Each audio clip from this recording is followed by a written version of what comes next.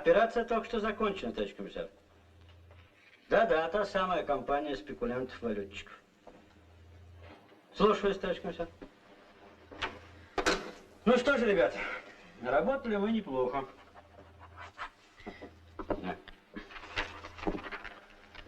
А это что? А что ж ты билетики-то в кино не приобщил? Зачем? Что, выбросить, что ли? Так ведь и так все ясно, товарищ полковник. Да. Все взяться с поличным, теперь сами рассказывают на перегонке. Подожди, а ты же говорил, что эти билеты завалялись в карманах двух разных лиц. Да. Смотри, оба билета в кинотеатр «Ударник». Этот на сеанс 14:30 и этот на сеанс 14:30. Два билета на один и тот же сеанс. Оба 19-й ряд на одно и то же 16-е место. Числа разные. Вот именно. Значит, это место использовалось уже не один раз. Вероятно. Ну, оставь-ка их мне. Все? Да. Спасибо, ребята.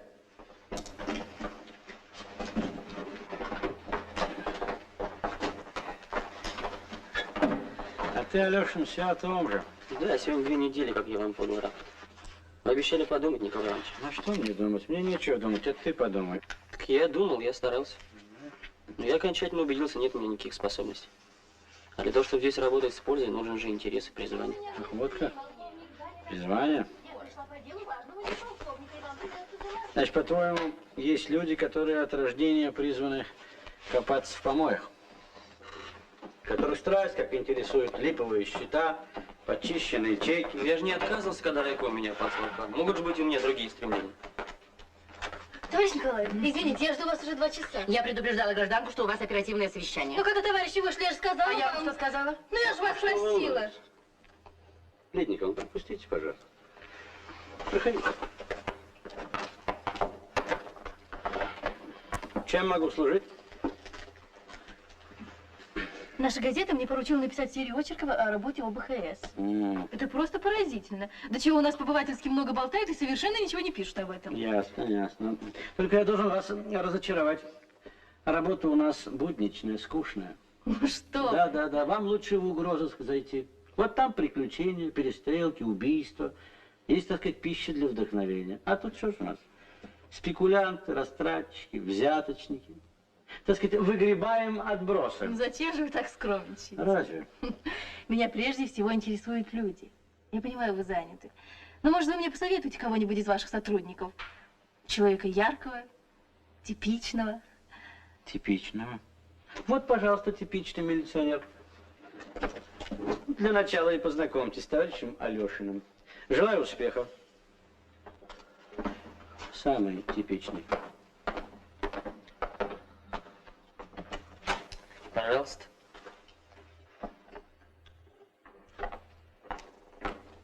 Алешин.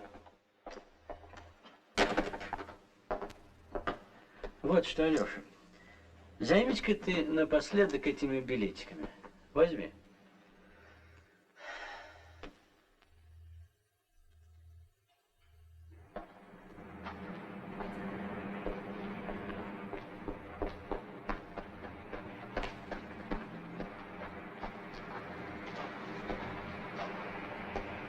Ну вот.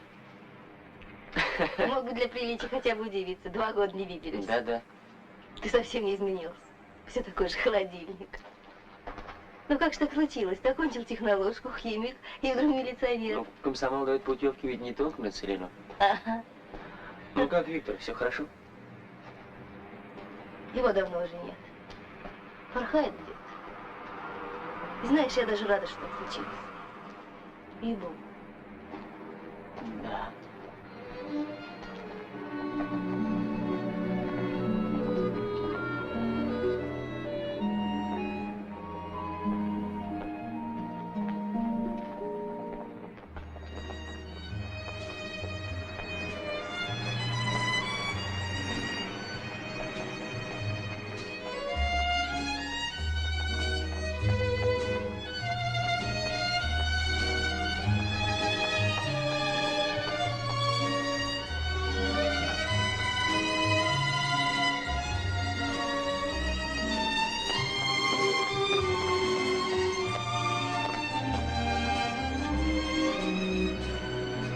какой же ты милиционер? Ты же поощряешь спекуляцию.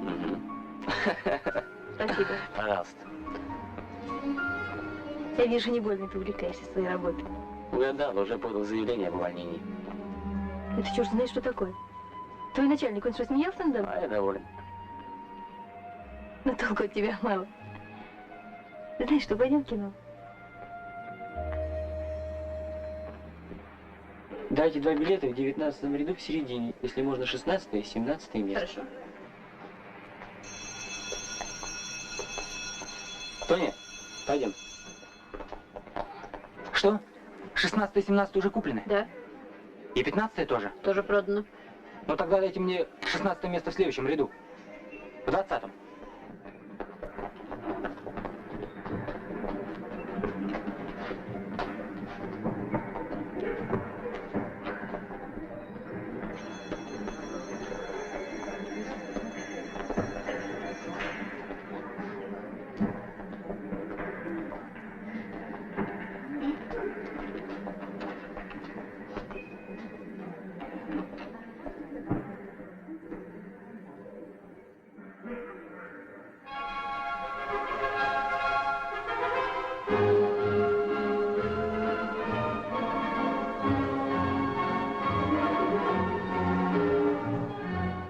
Вам кланяется Андрей Матвеевич.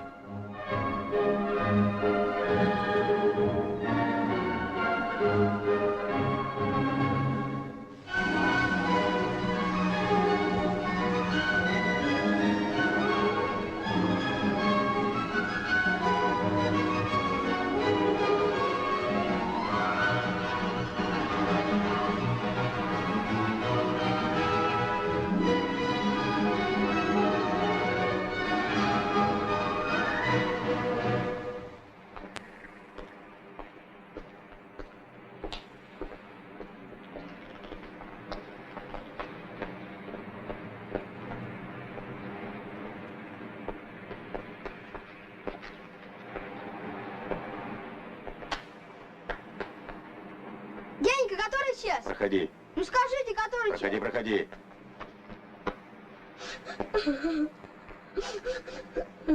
Заткнись. Больно. Заткнись, говорю. За что, дяденька?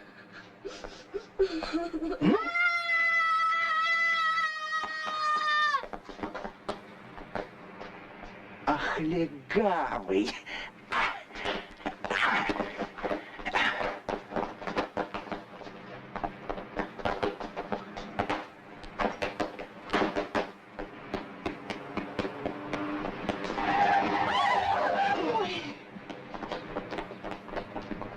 Встретимся в 9 на Финляндском. В ресторане.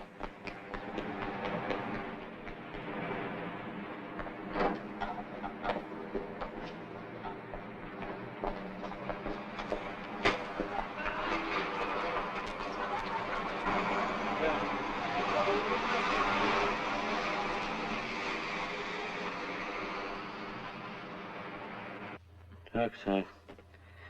Понятно. Вот дурак. Плюхнулся прямо на горячее место. Взял бы хоть билет рядом, огляделся сперва. Хорошо. Слушай, ты на встречу все-таки пойди. Да, ну там посмотрим. Мгм. Да, этого соседа твоего подобрала скорая. Андреев уже был у него в больнице. Ну, а теперь запоминай, это будет твоя легенда. Значит, только что вернулся из заключения, отбыл срок, и там от некого Андрея Матвеевича получил явку в кинотеатр. В бане. Познакомились они в бане. Да. Нет, фамилии не нужно. Будешь работать под своей, оно надежнее. И вообще ты там не переигрывай. Да. Если нужно, пользуйся лучше своей биографией. Ну-ну. А, подожди. В 20:00 будь на углу Пестеля на автобусной остановке. Увидишь Андреева, лезь в автобус. Там в толкучке он сунет тебе справку об освобождении из заключения на твою фамилию. Познакомились мы в бане. Он направил меня в кино. Сказал, поклонись, Андрей Матвеевич.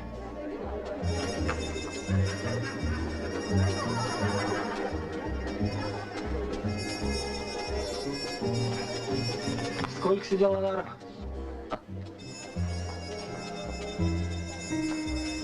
Шарнуть хочешь?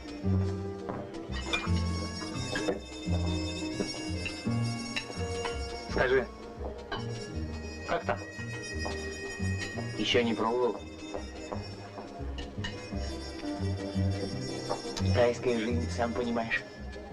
А как кормят? Фрукты, шоколад. Как в Астории. Фрукты, шоколад, сигареты.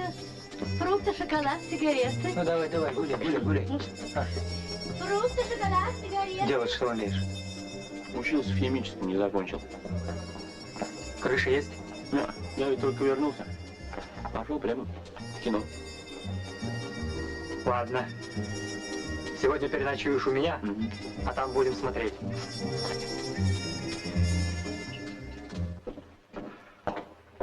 Я прошу его извинить, но боюсь, что в ближайшие дни его не будет. Ах, вот как. А скажите, он здоров? С ним ничего не случилось? Это в каком смысле? А, да, здоров, совершенно здоров. Кстати, дело поправимое. То, что обещал вам Алеша, могу рассказать вам не я. Вы знаете, мы с ним по всем вопросам договорились, так что не стоит начинать все сначала. Товарищ Андрей, вас просит полковник. Извините, пожалуйста. Я буду вам звонить. Нет, Николай Иванович, Алешин не вернулся. А что вот за 2 дня? Позвонить не мог, что ли? Куда его там угораздило?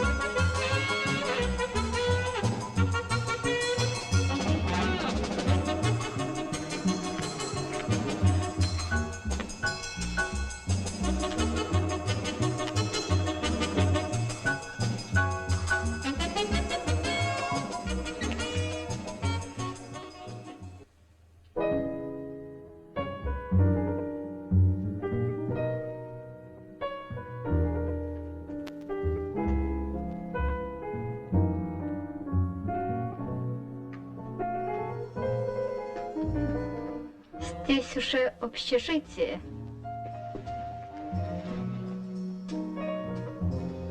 Вы появились сквозь запертые двери, как Афродита из пены. Я не торгую пиво. Сиди там. И не смей подходить ко мне. Получишь по морде.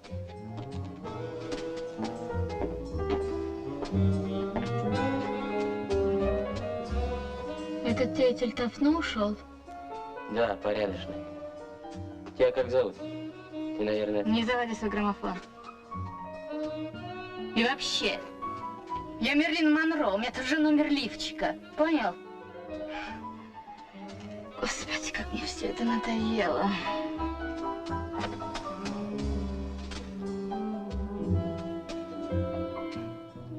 Ты из той же крысиной породы. Допустим. А ты?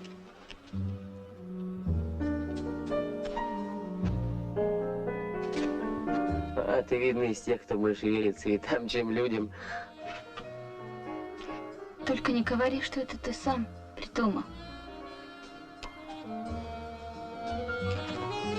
Скажи ему... А впрочем, ничего не надо. Да ты подожди, он сейчас появится. А мне это все равно.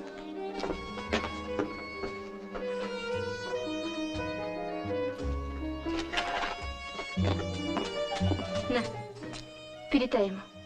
И скажи, что мне они больше не понадобятся.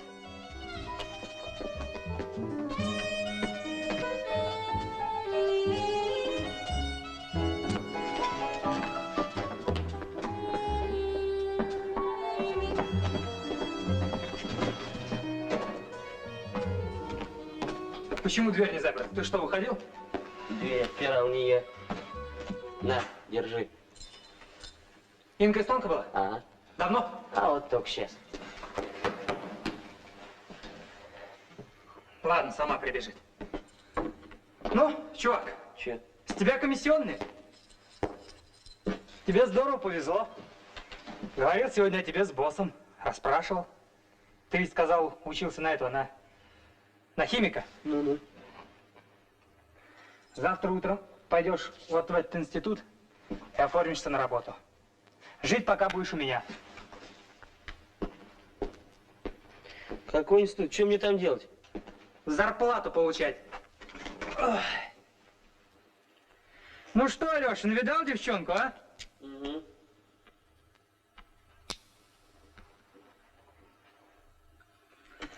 Работница с текстильной. А как смотрится, а? Мерлин Монро. И номер бюста тоже, ей-богу. Шкура. Послушай, а кто меня возьмет в этот институт? Ну что ты лепишь? Босс послал, значит, возьмут и оформят. Ты еще не знаешь, что такое босс.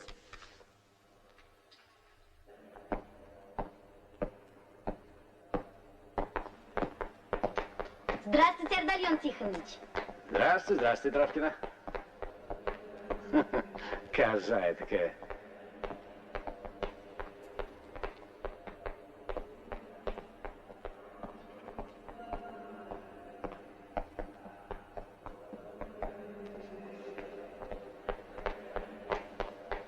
Вы кого-нибудь ищете? А может быть вас? Да ну вас. Девушка, одну секундочку. Мне нужна лаборатория полимеров, а точнее ее начальник Лебедянский. Так это со мной. А вы его приятель? Ну, пока нет.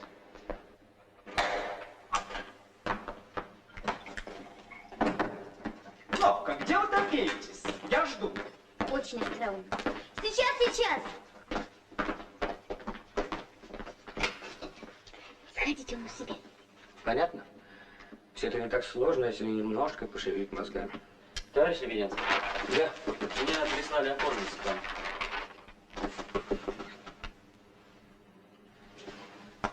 Идите и делайте так, как я сказал. А вы правы. Действительно просто. Черт.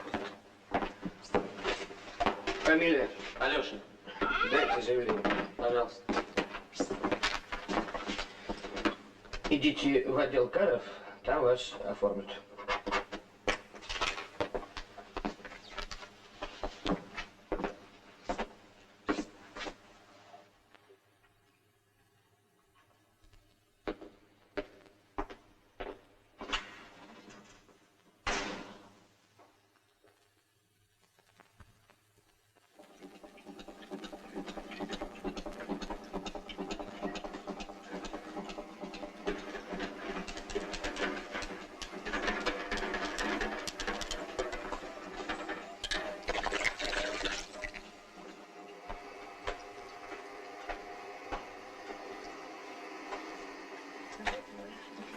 Здравствуйте, товарищи.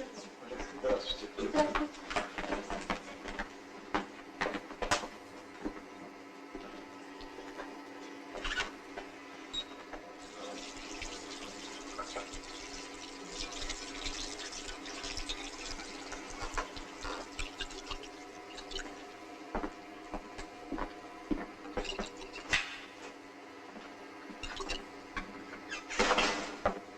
Это что за гусь прошел? Как вы не знаете, товарищ Блинов, начальник нашего отдела. Почти член-корреспондент. Ага.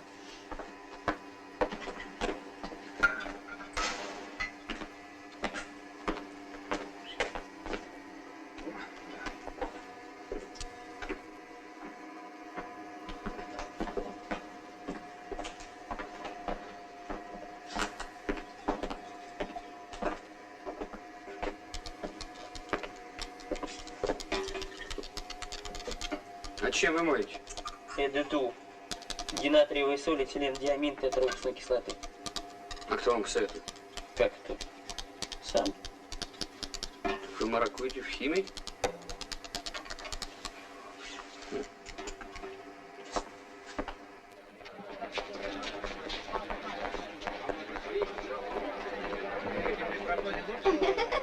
Да ну вас. Лебедянский абсолютно не в моем вкусе, что вы? Его еще знаете, как у нас называют? Великолепный сухарь. Нет, напрасно вы так решили.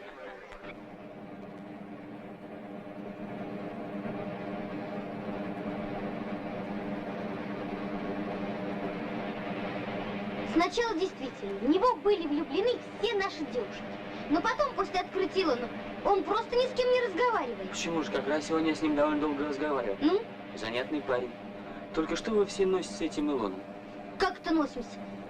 Никто не носится, просто Лебедянский скоро закончит свою диссертацию на эту тему, и вы увидите.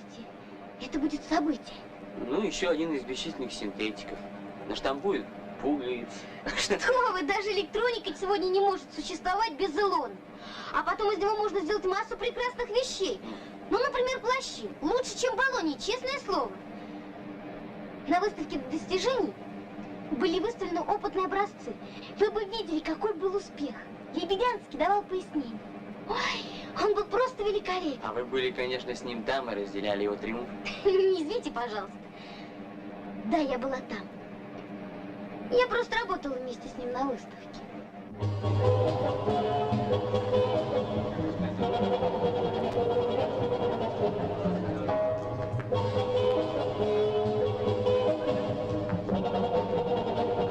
И, разумеется, индивидуальное творчество. А как вы понимаете процесс творчества? Творчество? Это единственная возможность у мужчины родить ребенка.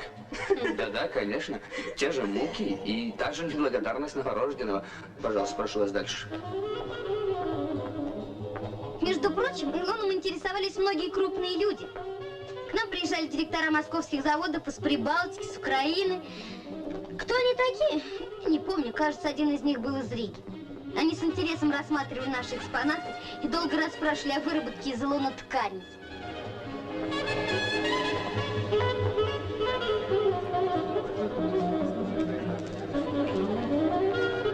Мне тогда здорово повезло. Меня пригласили поужинать в Асторию. Ну да, Лебедянский на радостях. Нет, не Лебедянский, а директор. А, вот что. Теперь понятно, почему он так заинтересовался Илоном. Да вы просто Отелло. Нет, пожалуйста, ничего не подумайте. За столом нас было трое. Вообще не говорили только о делах. Директор снова восхищался Лебедянским, говорил, что открытие его недооценивают. Предлагал опытное внедрение Илона на своем предприятии. Ну и что же Лебедянский? Лебедянский? Он потом пошел танцевать. С вами? Нет, с дочкой. Погоди, с какой еще дочкой? Ну, с дочкой директора. Ах, ну да, я совсем забыла о ней сказать. Она, собственно, зашла только попрощаться с отцом. Принесла ему ключ от номера. Так, ничего особенного.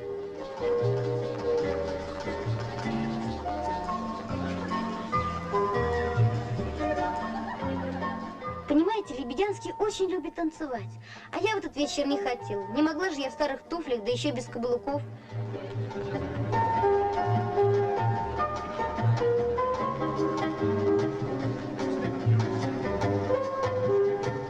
Вот тут директор за мной действительно ухаживал. Вообще было ужасно весело.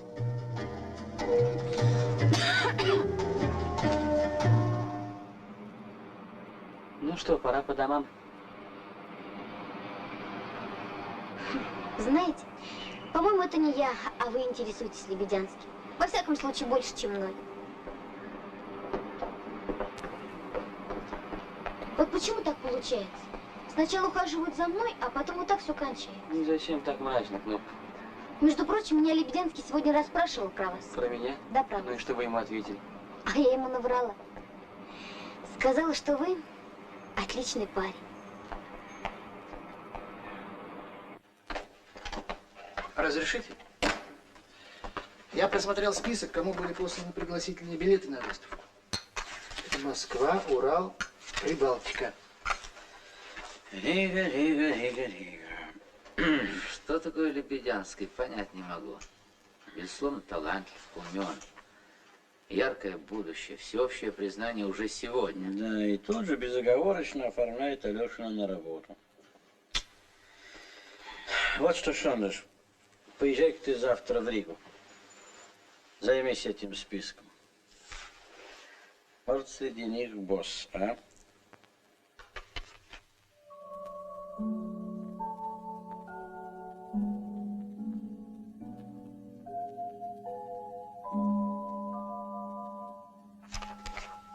Тихонович, Да? вы не забыли, что завтра в 12 ученый совет?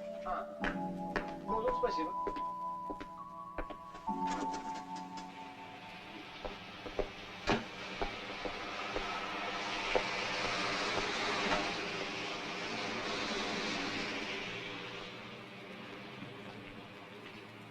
Что это вас так интересует?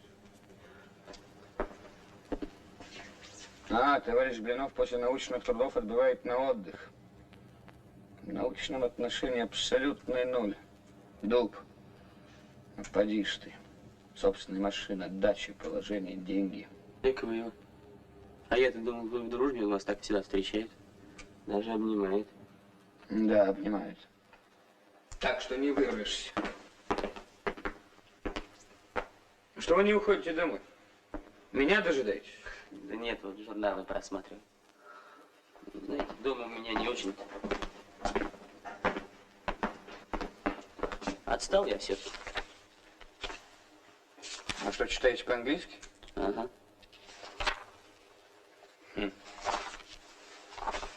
Ну что, я могу подбросить кое-что поновее. Спасибо.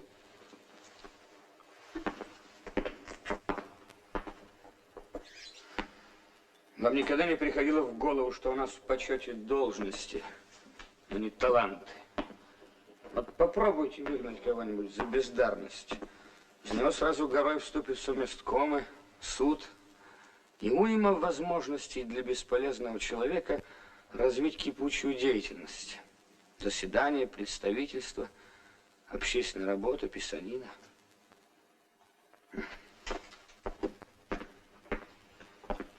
Есть такой спорт, что ли.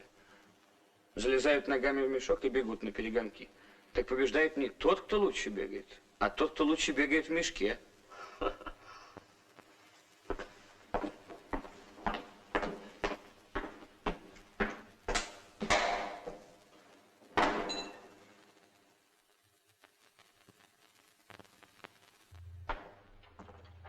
Ну, значит, договорились. Николай Иванович. Вы ко мне? Нет. Я только спросила товарищу Андрееву. Угу. А вы не об Алешине? Да. Что же мне не позвонили? Я вам звонила, но Ну, что ну? Андреев говорит, что... То есть он ничего не говорит, но я чувствую, что от меня что-то скрывают. Скажите, что с ним случилось? Да ничего с ним не случилось. Поверьте мне, он здоров и в полном порядке. Ну, сейчас его нет. Я еще не знаю, когда он будет. Это все, что я могу сказать вам сегодня. У вас есть мой телефон? Да. Ну, так звоните. В детстве мне пришлось туго. Я, видите ли, всегда был первым учеником, но и всегда голоштанником. Мой героический папенька после фронта не вернулся. Остался с боевой подругой. Так что мать одна тянула меня в люди. И в это помогли те самые месткомы? Ну, только, пожалуйста, не агитируйте. По существу в каждой области все решает несколько талантливых одиночек. Они потому и одиночки, что талантливы. И трудно им, потому что они одиночки. А как вы думаете, будь я, скажем, в той же Америке, вот такой же химик, автор Элона, я бы, наверное, имел бы уже виллу, текущий счет в банке. А? Впрочем, в Америке при тех же условиях я бы вовсе бы не был химиком. Не выбился бы. Кошмар. Здрасте. Здравствуйте. А я всегда верила, что Толика ждет большое будущее. Вы знаете, даже никто не подозревает, какой тот добрый, деликатный сын. Вот недавно, ну, вы сами понимаете, иногда не хватает. Ну, я связала несколько кофточек для продажи. Да. А когда Толик узнал, так рассердился. Не надо, говорит, мама унижаться. Жалеет. Мамахин в своем репертуаре. Да нет, Толик, я ничего. Поговорили? А не пора ли освободить площадку? Да. Я сейчас. Ухожу. Вот. До свидания, до свидания.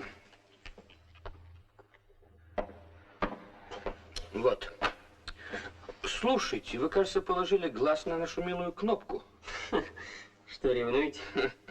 Впрочем, великолепный сухарь не удостаивает женщин внимания. Нет, удостаиваю.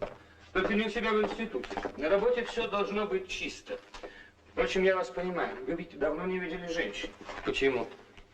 Ну, только не прикидывайтесь казанской сиротой. А, вы вот о чем. Да нет, женщины ведь везде есть. Выбор не тот, а жизнь идет. Слушай, значит, все-таки можно жить и там, если махнуть на все рукой. Привыкнуть, приспособиться. Ну, это как сказать, как кому. В карты играешь? Нет, терпеть не могу. Ну, плохи твои дела. Если сам не играешь, так тебя в 2 счета проиграют. По частям догола разденут, а то и ножичком полоснут. Там ведь знаешь тоже, талант-одиночка продирается сквозь толпу ничтожеств. Только не с диссертацией, а с ножичком. А ты им что? Интеллигент. Вот брюки, пиджак, колеса, ботинки. Только в тебе и всего. Не советую. Гадость. Кто там? Я. Иди сюда. Я тебе должен сказать что-то важное.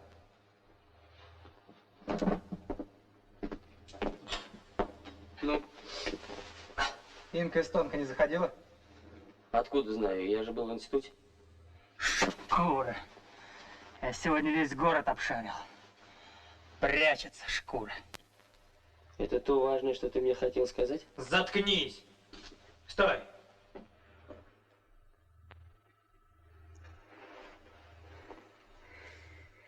Сними сапог. Не приучен. Ах так. Слушай, завтра в 12 ты будешь... Что? Я говорю, завтра в 12 часов будешь в Петропавловской крепости. В соборе встретишься с боссом. С боссом? А как я его узнаю? Солидный мужик. Да он сам тебя найдет. Ты ахнуть не успеешь, как он вот перед тобой.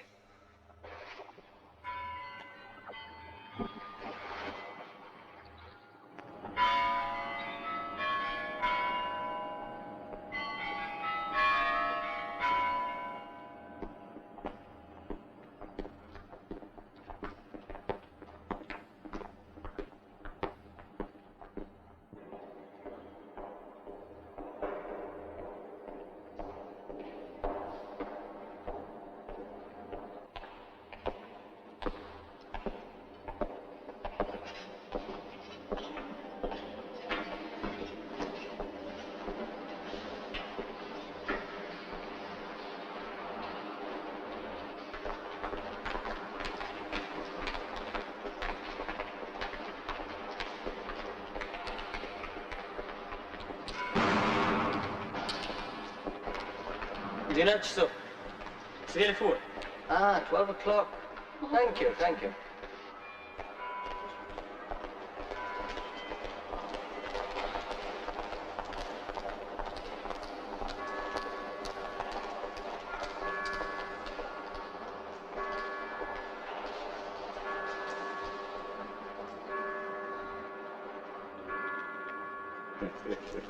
Вот ведь царизм свергли, а все ходят и ходят смотреть на него. Люди любуются красотой, чем-то талантом в этой работе. Царизм под полом догнивает. Эх вы его. Таланту вашему не забывайте, жевать надо. Кто платит, тому и угождают. Вот сколько золота и мрамора наворочили. А по мрамору надпись Петр, Александр.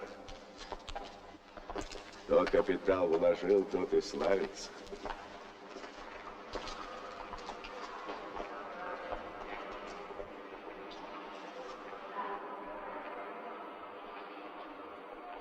Вы, кажется, видели нашего друга в санатории. Одни процедуры пришлось принимать. Горюет? Горюет, небось, бедолага, по шевелюре-то. Пышная была такая. Да как вам сказать? По-моему, он лыс, как бильярдный шар.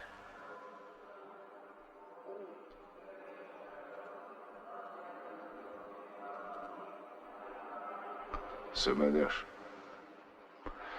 Да, время дремучее. Соцдействительность. Такие штучки уверенность и спокойствие возвращают.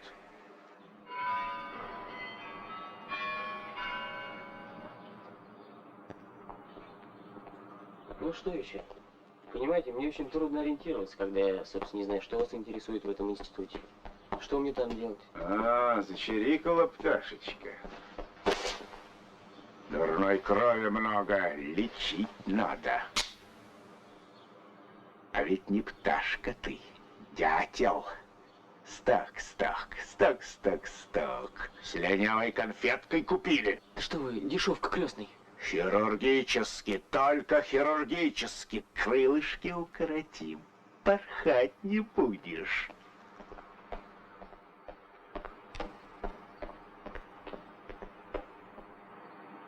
Шучу я. Я эти самые шутки до ужаса люблю. Перейдем к делу. Задание получите позже, скрывать не буду, к вам необходимо присмотреться. А пока осваивайтесь, врастайте, щупайте почву, шире знакомьтесь, участвуйте в сабантуях, за столом не скряжничайте. Субсидия будет, конечно, в разумных и допустимых суммах. О!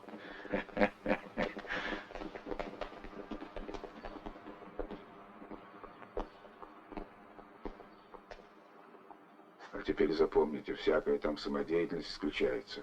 И обо мне не выспрашивать, сам явлюсь. Понятно?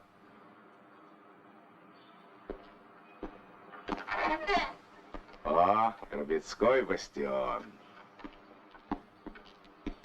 Ну, а дальше вы сами осматриваете. Не люблю я этих ужасов царизма. Бывайте.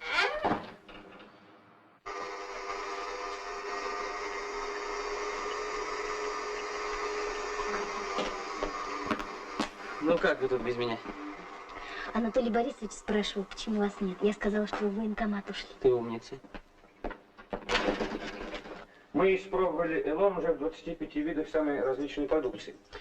Да.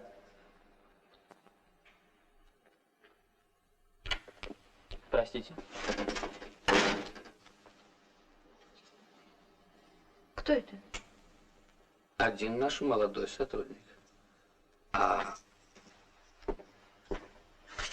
в чем дело? Да нет, ничего особенного. Знаете, пожалуй, не стоит откладывать. Статью я вам занесу проверить завтра. Александр Иванович! Александр Иванович! Да.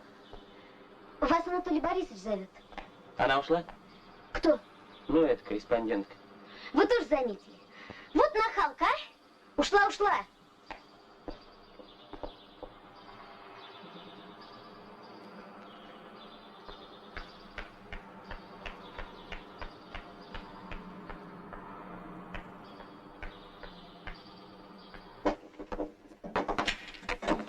Куда ты исчез? Слушай, брат, ты, оказывается, просто неотразим. Стоило тебе только заглянуть, как эта девчонка совершенно ошалела. Ага, вся вспыхнула. Спрашивает, кто это? Не знаю, чем я ее так. А вот завтра она сюда зайдет к трем, я тебя обязательно познакомлю. Но суть не в этом. Она собирается писать об открытии Элона. Это ужасно кстати сейчас, понимаешь? Вставить фитиль товарищу Блинову. А при чем тут Блинов? Увы, мой друг, существует такой особый род заботливых научных руководителей.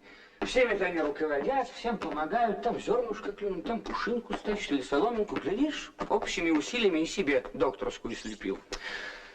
Мне нужно, пока не поздно, и в печати закрепить свое авторство на Элон, понимаешь? Разрешите? А, приехал. Заходи. Ну, садись, рассказывай. Не зря съездил? Боюсь, разочарую, Николай Иванович. Но. Да. Из всех директоров оказался только один, побывавший на выставке. Это некто Рубцов Михаил Петрович. Да. Директор промкомбината. Довольно заметный хозяйственник с хорошей репутацией. Передовой. Промкомбинат его неизменно держит переходящее знамя. Да, выяснилось, что этот Рубцов предложил Лебедянскому опытное внедрение Элон на своем предприятии. И тот согласился. При этом Лебедянский получил довольно-таки крупную денежную премию. Но все это на совершенно законных основаниях и оформлено соответствующим договором. Вот тена. Ну, а о чем, собственно, договор? Вот. Институт, то бишь Лебедянский, представляет всю документацию, технологию, а также порошок-катализатор Элон. Кстати, я выяснил, несколько килограмм этого порошка достаточно для производства 1000 метров отличной синтетической ткани. Ткани? Ну и что же Рубцов делает с этой тканью? В том-то и дело, что промкомбинат по договору из этого порошка выделывает только полуфабрикат. В гранулах. Вот. И весь этот полуфабрикат возвращается в лабораторию Лебедянского. Там у него мастерская. Они из него делают разные. Ты уверен, что весь полуфабрикат возвращается в лабораторию? Весь, Николай Иванович. Я проверял. Отчетность в полном порядке. Так.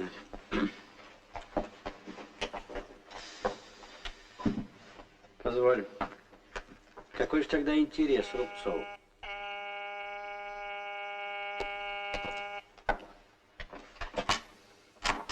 Да? Алешин. Да-да, слушаю. Да? Кто? Ах, это журналистка? Когда? Завтра в 3. Ну, не волнуйся, это мы уладим.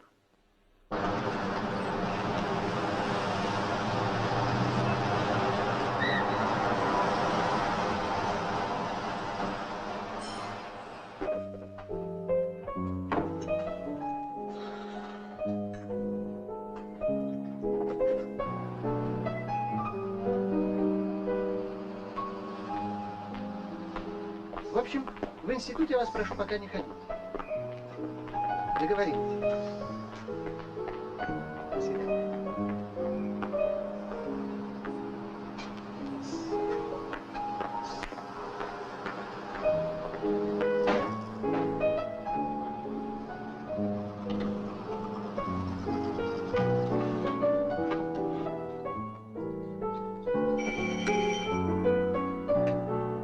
Да? Александр Иванович, вас? Да, спасибо. Да, слушаю. Алло. Алло. Алло. Алло. Ну отвечайте, алло. Алло. Алло. Алешин, а ну-ка зайди ко мне. На, читай. Обскакал, сукин сын. Вот шапка. Открытие Элона. Беседа с начальником отдела товарищем Блиновым. А эта девчонка так и не явилась. Чья там подпись? Б. Гриценко. Ну да, не справилась дуреха, и тему передали другому. Да, товарищь Блинов скромно не отрицает своего вклада в это открытие. Это мне урок. Больше нельзя откладывать защиту диссертации. Завтра же иду к директору. А то и защищать-то будет нечего. Это диссертация? Да. А можно я ее прочитаю? Возьми. Может, присоветуешь, что перед решительным боем.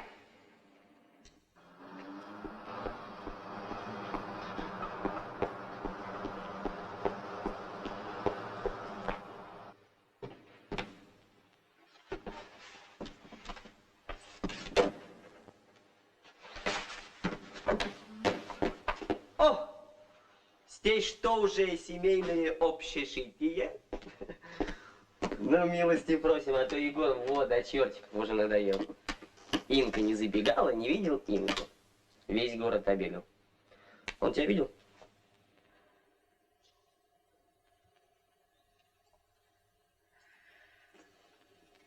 Нет ли выпить чего-нибудь? Ты забыла, где искать?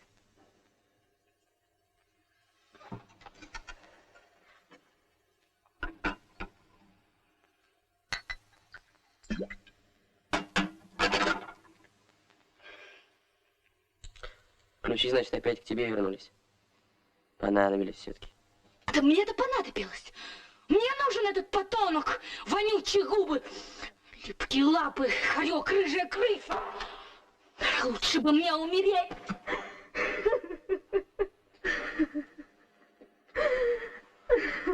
Инка, Что случилось, Инь?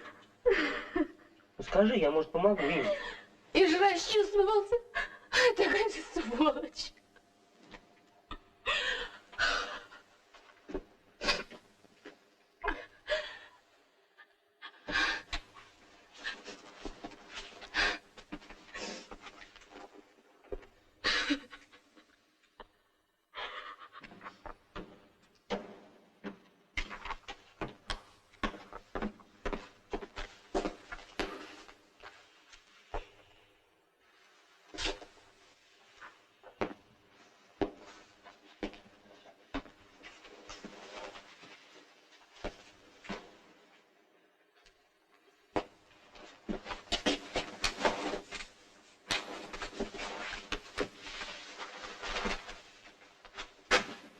Ты знаешь, что эта шкура задумала?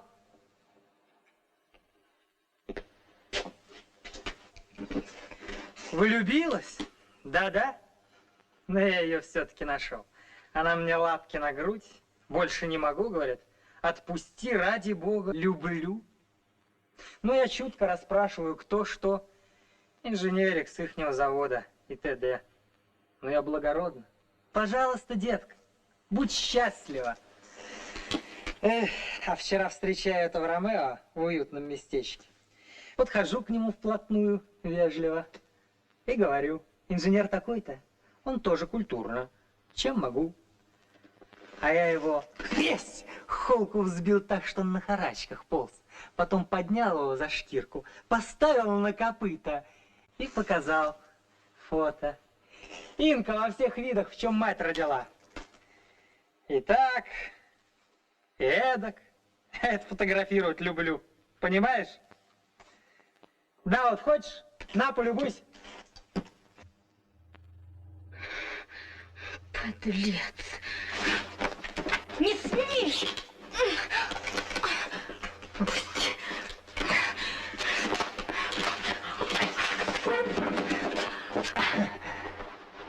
Прекрати!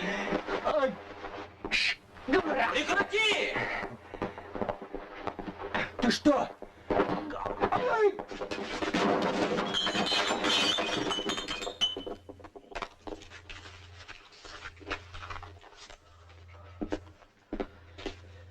Давай, уходи отсюда, живо. Давай, давай.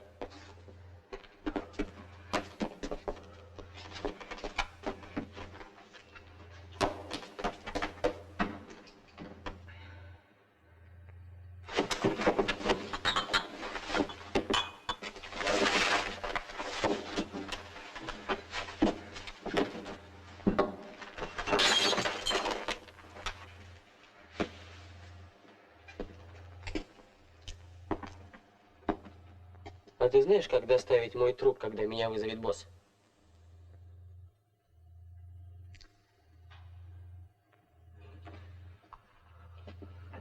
Соскучился по разговору с абадажем? Какая ты все-таки действительно скотина. Жалостливый. Уж не сам ли к девчонке ладишься? Эх, счастье твое, что сегодня.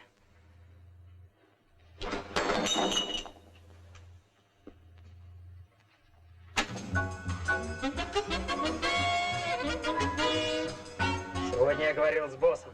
Он велел тебя завтра в 12 ждать на условленном месте.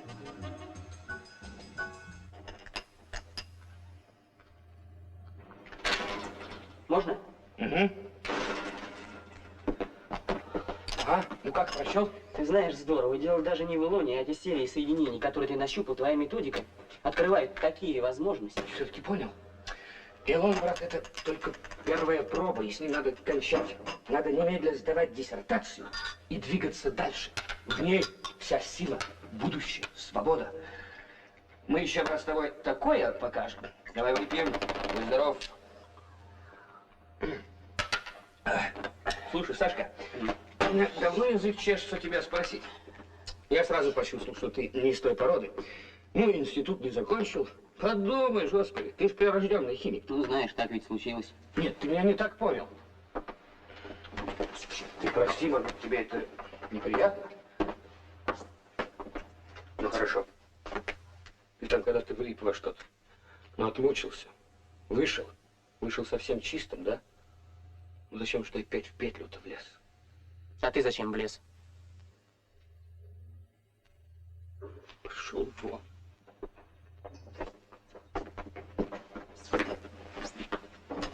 Так наглел совсем. Стой! Ну что? Возьми стул, сядь! Черт! Дверцы меня с ума сведут.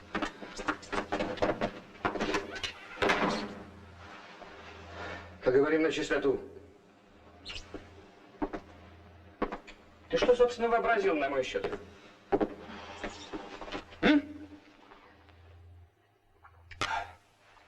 Я абсолютно не знаю, какими махинациями занимаются твои приятели, но то, что делаю я делаю на совершенно законных основаниях. За исключением того, что ты их снабжаешь порошком для этой махинации.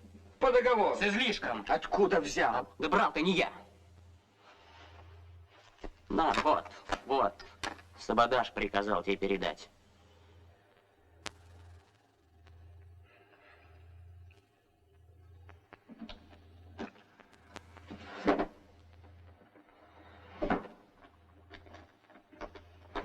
Он хотел, чтобы я еще припугнул тебя при этом. Наглец. Да я его не боюсь. Он у меня сам в руках. Этот пузырь из каждой запечатанной пачки ухитряется выудить несколько бумажек. Да стоит мне только позвонить. А что за петли? Понимаешь, в одиночку тебе не выкрутиться. Разве вместе, что со мной?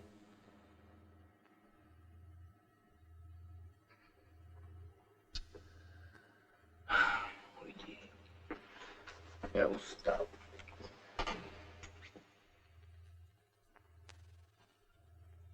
Что? Диссертацию, говоришь, хочет защищать? А вам что до этого? Я так, между прочим, об этом сказал. Так вот, значит, что он задумал. Из силков захотел освободиться. Не выйдет. Слушай, Алешин, вот когда твоя минута пришла, действуй, как знаешь. Хочешь, бери на испуг, или там какие научные заковыки подведи, только это надо немедленно поломать. Отменить, понимаешь? Чтоб никакой диссертации. Деньги он тебе взял? Взял.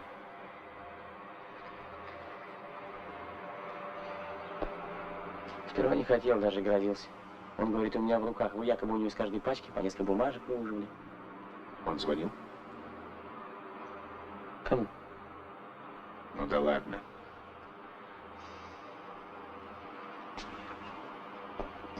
Ах ты. Вот что. Задание тебе насчет диссертации отменяю. Этим я сам займусь. Я ему вправлю мозги.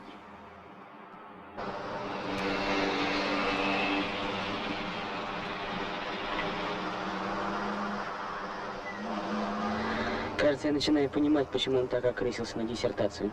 Почему? Ну, понимаешь, пока Илон в лабораторной разработке, ну, то есть до защиты диссертации, всем бесконтрольно распоряжается Лебедянский, а это Бувс как раз нужно. Зачем? Все дело в том, что Лебедянский в Ригу посылает гораздо больше этого порошка, чем оттуда возвращается в Гранду. Постой, это что-то новое? Нет, дело не в этом. У Лебедянского есть последняя надежда, что с защитой диссертации все кончится. Тогда он вырвется из рук этих прохиндеев. Они потеряют к нему всякий интерес. Тогда эта история будет похоронена, ты понимаешь? Он защитит диссертацию, вот увидишь.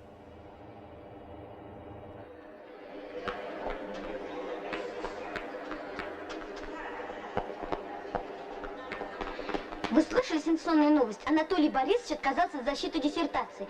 Вот это научная добросовестность. Диссертацию надо защищать. Ардальон Тихонович, меня поражает нерешительность вашего любимца. А я его поддержал в дирекции. По-моему, это прекрасная взыскательность молодого ученого. Между нами. Вы же знаете, сколько я сам вложил в эту работу. Но, честно говоря, еще очень сыро. Сыро. Толечка, мы уже больше часа потеряли на разговоры. Работать, работать, работать, работать.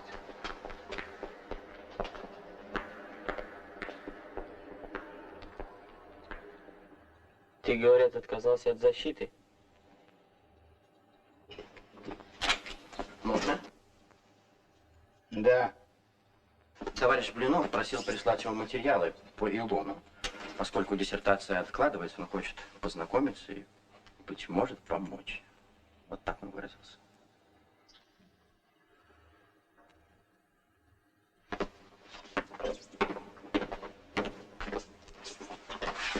Что же придумал Дон Кихот этакий? Я-то ведь знаю, что диссертацию у тебя в совершенном порядке готова. Мне лучше знать, готова она или не готова. Он же обдерет тебя как липку. Ладно, иди, я пришлю.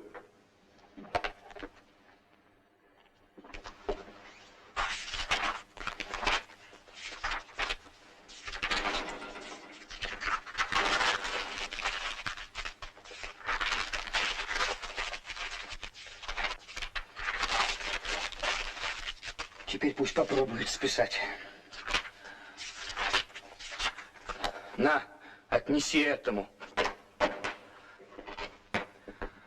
Значит, все-таки испугался? Замолчи ты! Уж тебе-то... Послушай ты, если женский голос, скажи, что меня нет и сегодня не будет. Да. Нет, Лебедянского нет.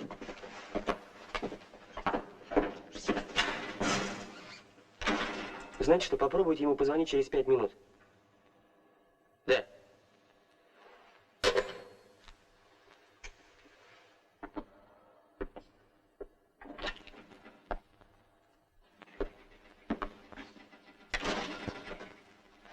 Ну и темперамент у твоей знакомой. А голос приятный.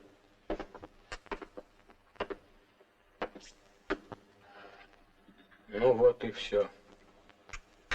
Теперь, Алеша, мы с тобой совсем поравнялись. Два дружка-подденщика известной фирмы.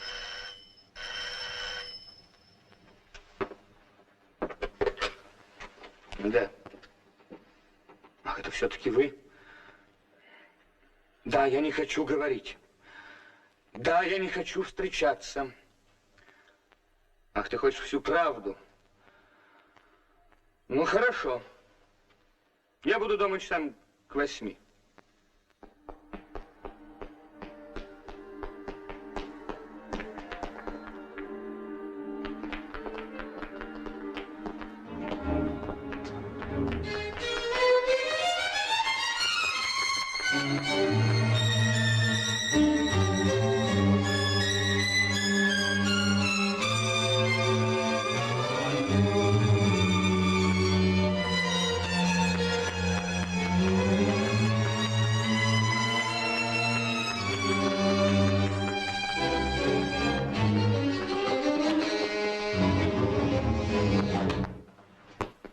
Сашка, ты! Откуда ты тут взялся? Ну ладно, пусти. А я, понимаешь, мимо проходил. Ну ладно, пусти, тебе говорят. Ну куда ты торопишься?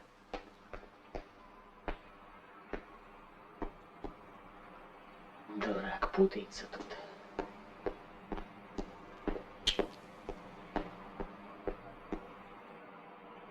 А я тут, понимаешь, совершенно случайно. Не нравится.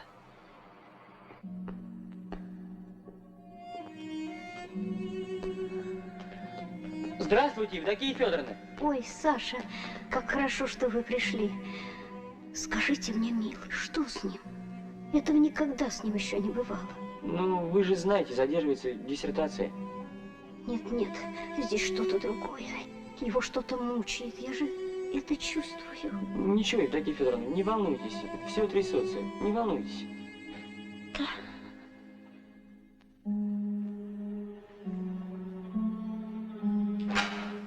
Можно?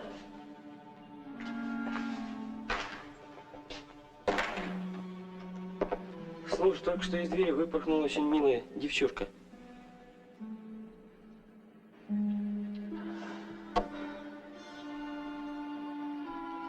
Все вынюхиваешь, саботажник.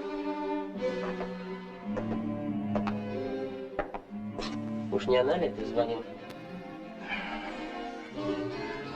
Хватит. Больше не могу. Сейчас я убью тебя. Бей. Ну бей. Бей, гадина. Я давно этого жду. Ты для этого ко мне и представлен. Проспись, химик.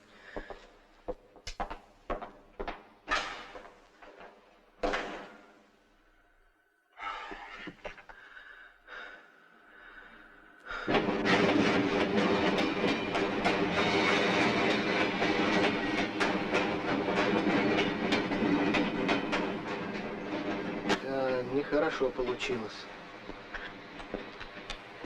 А все-таки Лебедянский крепко поверил, что ты работаешь на саботаже, а? Вот это оно. Боюсь, что наоборот. Кажется, не я, а он меня разоблачил. То есть как? А вот после того вечера в квартире я, конечно, беспокоился, как будет дальше. Но на следующий день в Лебедянском институте меня встретил так, как будто абсолютно ничего не случилось. А после работы даже пригласил в кафе.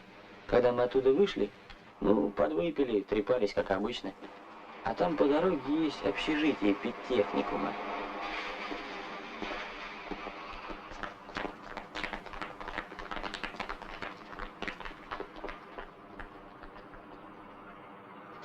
Стриптиз коллективный. Вот скажи, ты бы хотел иметь шапку-невидимку, чтобы проникнуть туда? Не, я не созерцатель. А, ты деятель. Впрочем, сейчас и на шапку-невидимку есть управа. Стоит, скажем, ревнивой супруге пометить своего благоверного изотопами и отправить тут же на тот свет. Ну чушь, изотопы в небольших дозах безвредны, как молоко. Но счетчик радиоактивности безошибочно обнаружит любимого, и жена сможет проследить каждый шаг его на пути греха, даже если он хитрюга, совсем неуловимо. Что? Хороша идейка. Понимаешь, он же не случайно подсказал мне эту идею. Изотопы. Вот что нам нужно, чтобы добраться до неуловимого Рубцова.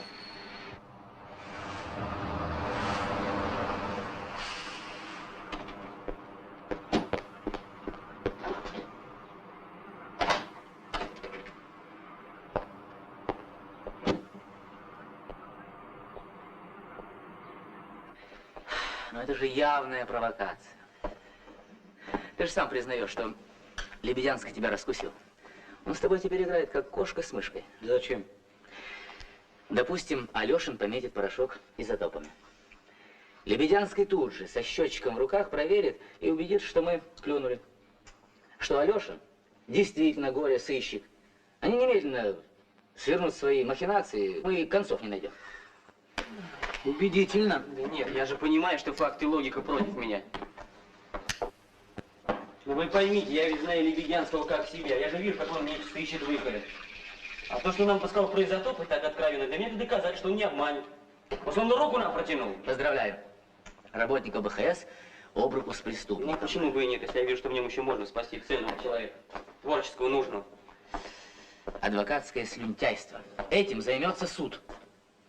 А настоящий сыщик по натуре охотник. Он весь устремлен к одному, чтобы выследить и затравить зверя, не дать ему выкрутиться. Так это натура-то не охотник, а охотничьи собаки. Ну, хватит. Можешь идти.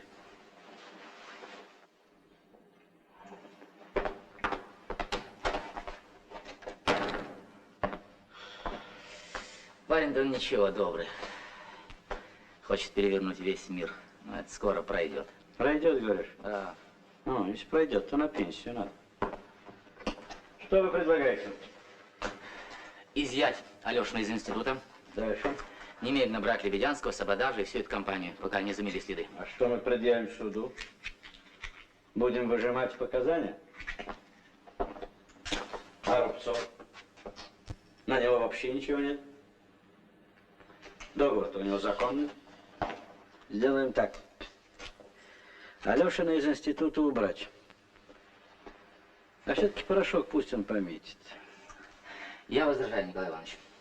Я не хочу участвовать в этой авантюре. Я подам рапорт. Рискнем.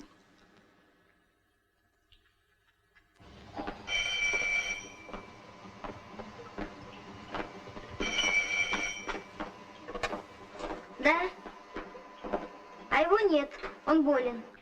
Болен? Что-нибудь серьезное? Алло, алло!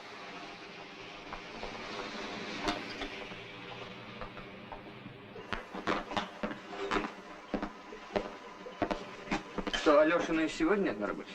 А он, Белютенько Анатолий Борисович, звонил, сказал, что у него высокая температура и грипп.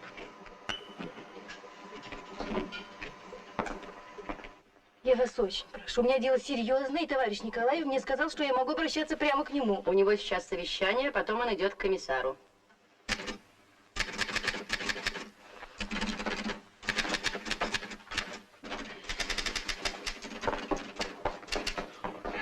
Николай Иванович. Подожди, дочка.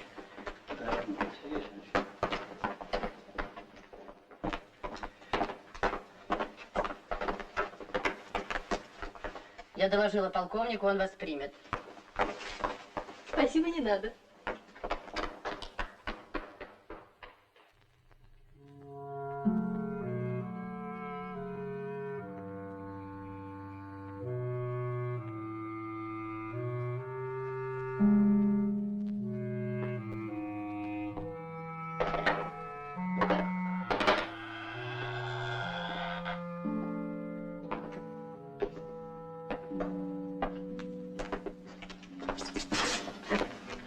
Анатолий Борисович, порошок для Рижского промкомбината можно отправлять?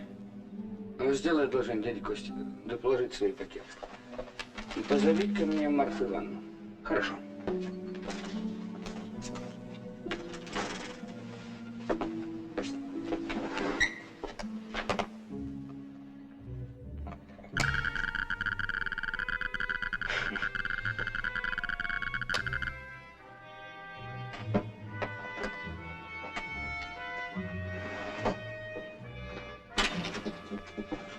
Сейчас придет. Анатолий Борисович, а как насчет порошка? Направляйте.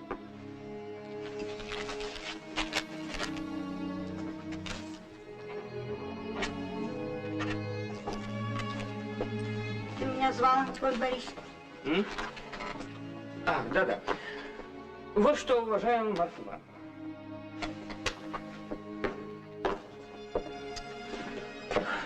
Надо вызвать слесаря и починить замок. Хорошо. И, Марфа Ивановна, давайте очистим этот шкаф от всяческой скверны.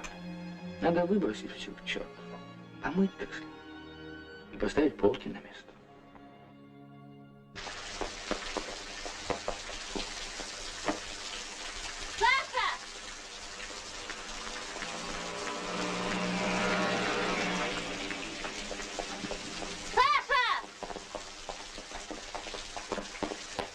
Здравствуй, Тонь. Это ты. И ты не убежишь, не провалишься в преисподней. Ты меня извини, тогда поступил как последний свинья. Но главное, ты жив-здоров. Да. А что с тобой? Что-нибудь случилось? Ничего, просто меня увольняют. Ну и слава богу, радоваться надо. Вот я радуюсь. Объяснить по-человечески ты выше твоих сил. Ну да, это величайшая тайна. Так я мне работал, понимаешь? Вот этого мне объяснять не надо. Нет, надо. Надо.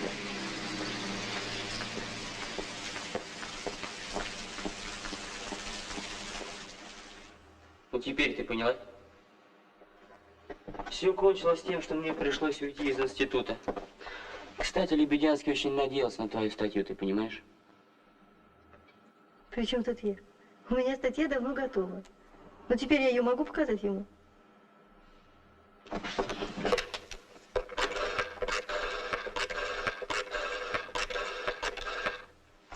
Да, спасибо. Институт товарища Лебедянского. Ах, его нет. А когда он будет?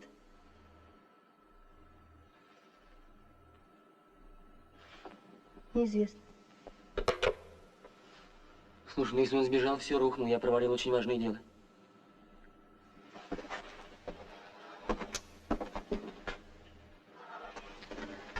Вот надо было действовать тоньше, умнее. Неужели я ошибся? Неужели я не прав, а?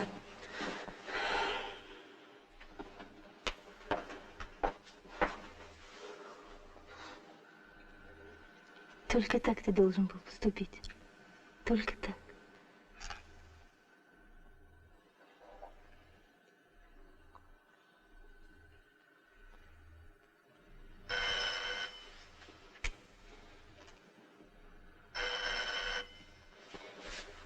Да, Алешин слушает. Да. Да. Сейчас. Сейчас.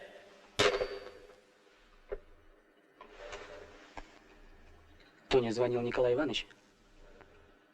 Только что пришел Лебедянский. Понимаешь, сам пришел. Можно? Заходи, заходи. Ну вот, и деньги принес. Удивлены? Нет, не очень. Понятно. Скажите, а давно вы его раскусили? Нет, на днях. Ну а как? Интересно все-таки. Очень уж деликатно он со мной обошелся. Как? Ну, выпил я однажды. Ну, стычка у нас была. Ну, знаю, подрались. Он не бил в лицо. И вы подсказали ему пометить порошок? Да. И убедившись, что Алешин порошок пометил, все-таки отослали его Рубцову? Да, отослал. Я сам этого хотел. Ну ладно. Я только одного до сих пор понять не могу. Ведь Сабадаш его лично сам устроил ко мне в институт. Вот с этих 2 билетов все и началось.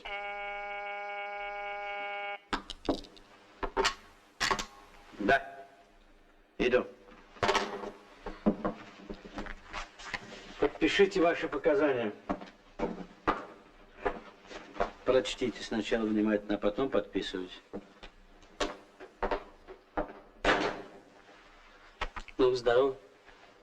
Я рад, что тебя хватило. Я знал, что ты придешь.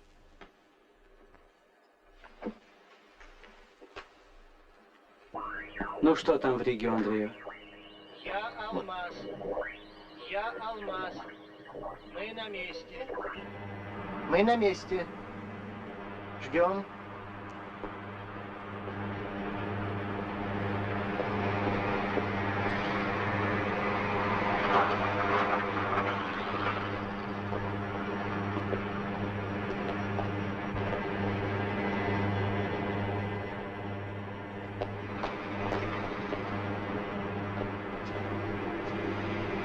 Это он?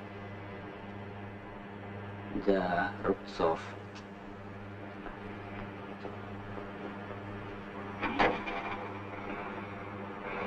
Давайте, товарищ капитан. Не надо. Нет, поверь мне, она совершенно никакого отношения к этому делу не имела. Ну, совершенно никакого. Странно все-таки. Знаешь, девушка выбежала от тебя такая расстроенная. Если ты не хочешь говорить нет, так нет, ты извини.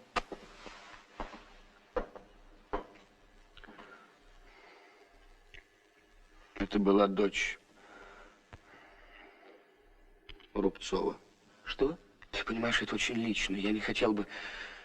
Я тебе сказал всю правду. Она здесь совершенно ни при чем. Может быть, ты мне не веришь, что его дочь... Ой, если б я раньше понял, что она ничего, абсолютно ничего не знала. Ты знаешь, что с ней случилось? Да, она погибла. Я Алмаз. Я Алмаз. Счетчик работает. Счетчик работает. Следуй за автофургоном 0798. Поехали.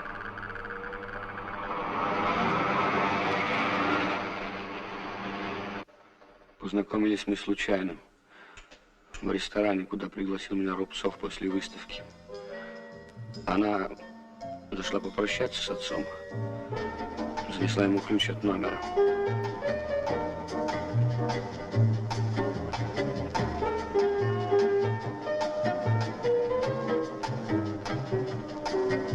Значит, вы сегодня уезжаете? Нет, я с отцом не уезжаю. Я ведь учусь здесь, в консерватории. О, когда-нибудь вы станете знаменитостью. Что вы? А вы ученый? Вроде. Я еще ни разу не встречала ученых. По-моему, это самые интересные и глубокие люди. А вам не хочется заглянуть в эти глубины?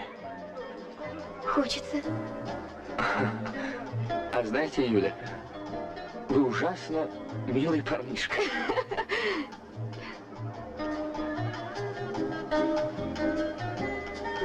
А как я могу вас увидеть?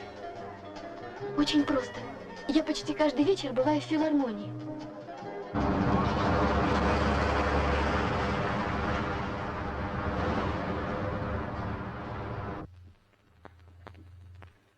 Ее отец до самого конца так и не знал, что мы встречались. Это она?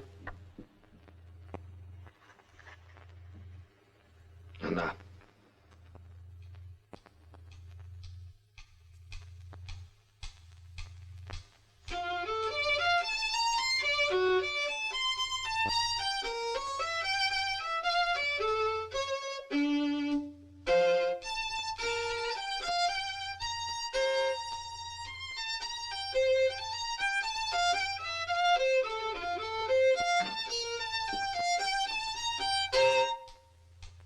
Толя!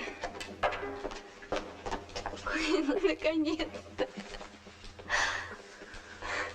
Нет, я не любил ее. Может быть, потом бы из этого что-то выросло бы. Но чем больше я запутывался в этой истории с ее отцом, тем невыносимее становились мои встречи с ней. И я оборвал. А Юлия мучилась, ничего не понимала, хотела, чтобы я объяснил ей все. Ты представляешь, в каком я состоянии находился в тот день, когда ты говорил с ней по телефону? Но я еще выпил перед ее приходом для храбрости. Когда она пришла, я уже не рассуждал, не жалел ее. Я рассказал ей все. Про отца, про Сабадажа, про себя. Но ведь ты ничего не знал. Скажи, что не знал, они обманули тебя, правда? Вот как ты предлагаешь. Отца, значит, а меня все-таки вытащить и умыть. Благодарю. Только я не хочу ни любви, ни омовения. Тошно. Подожди. Ты ведь всю правду хотел. Так вот, сперва я врал себе, наивничал. Но в глубине души уже тогда все с самого начала понимал. Когда с тобой танцевал, уже все понимал. Только вот не ожидал, что с такой скотиной, как Сабадаж, мараться придется. Папенька твой это изящней проделывал. Ну вот. И корчился, и трусил. А деньги все-таки брал. Если ты лжешь, это подло. А если это правда?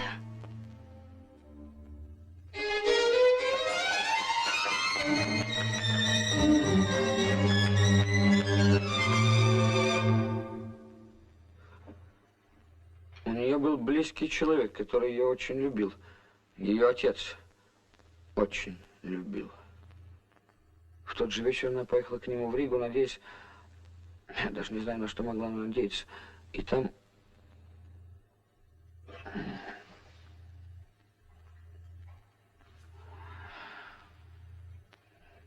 Узнал я уже потом, рассказала мне ее квартирная хозяйка.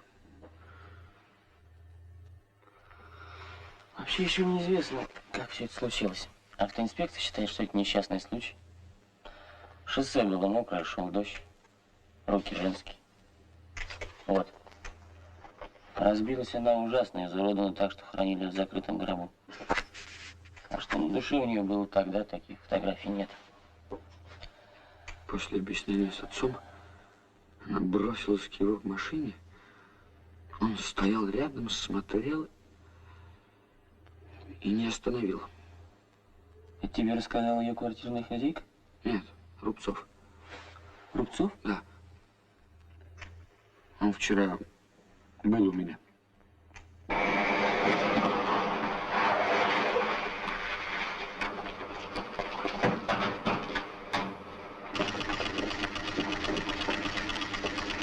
Работу прекратить!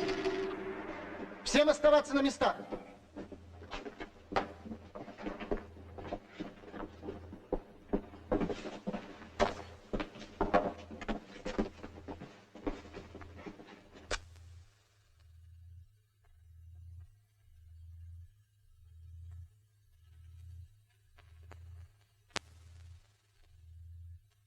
Вы подумайте. Да у них тут целый подпольный цех. Работали с размахом. И представьте, на производстве у нас эта публика звезд с неба не хватало. Ничем не выделялась, а тут поди ж ты. Что значит материальная заинтересованность? А вы посмотрите, какие фабричные марки. Самые заграничные. О, и ловко сделано. Блеск. Париж, Лондон, Стокгольм. Учитывает покупателя мерзавца. Ведь и на такой ярлык в комиссионке, как мотыльки летят. Ну, что говорить. Все-таки надо прямо сказать. Пережитки это само собой, но нет еще у нас этой гибкости, умения учитывать спрос. Вот это и порождает. А ведь это что ж?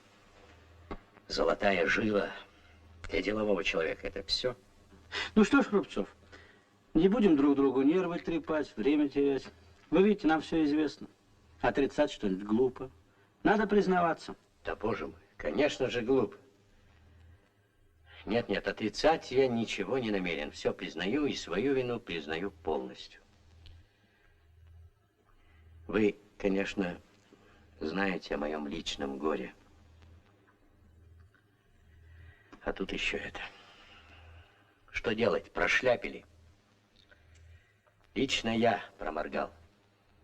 Под самым, можно сказать, носом. Ах, вот как вы хотите. Значит, подчиненные подвели своего директора, а он и знать ничего не знал.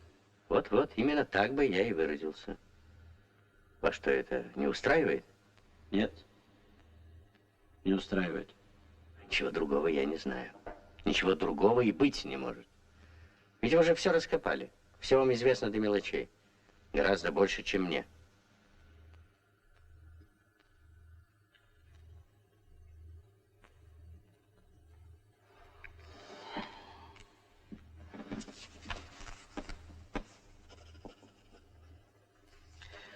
Можете идти.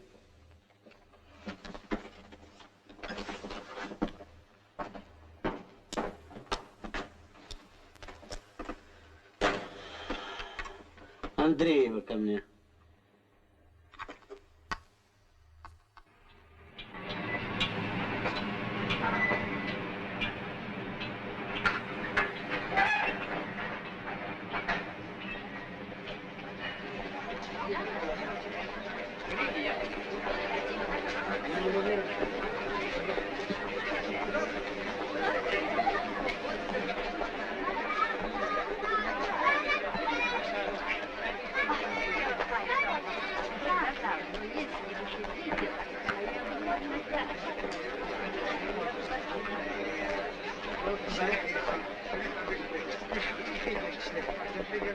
Какими судьбами?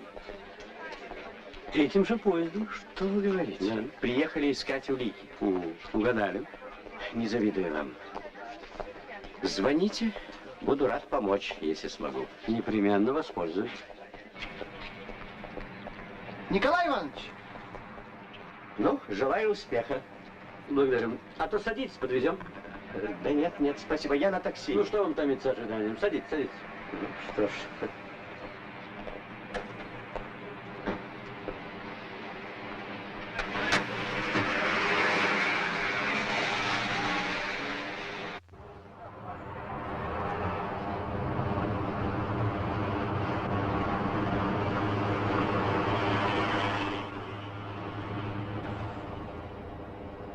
Будьте добры, мне направо здесь. Позвольте, куда же вы? Заедем сперва в одно место, тут недалеко, а потом и вас отвезем. А?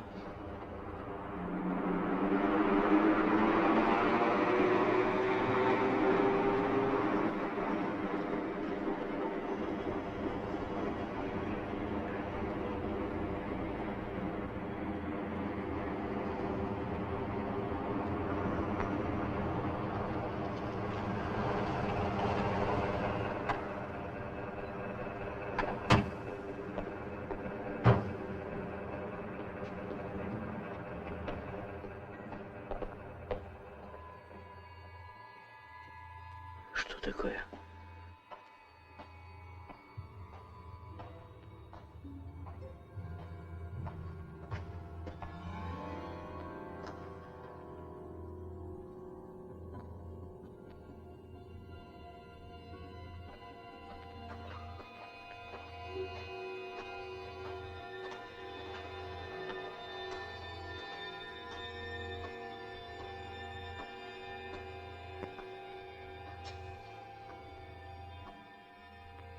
Что это значит? Понятые на месте? Так точно, все готово. Приступайте.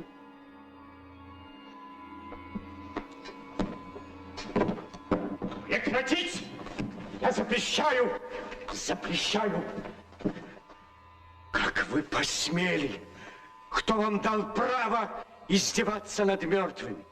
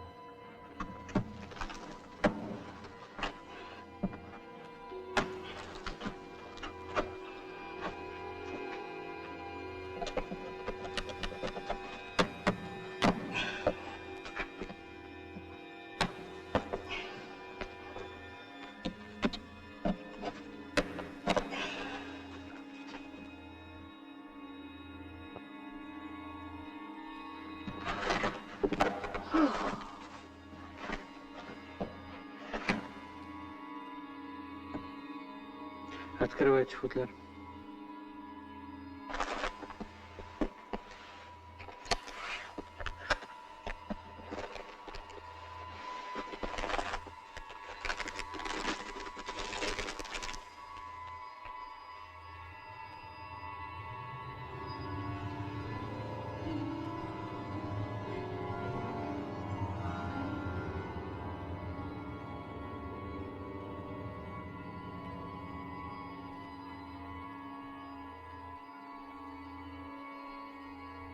Сабадаш, повторите ваши показания.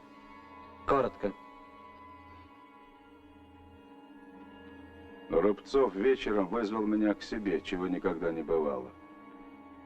Показал закрытый гроб дочки. Плакал при этом. Ну, приказал достать точно такой же гробик. Накануне похорон ночью я привез, а настоящее мы с ним втихую вывезли и зарыли.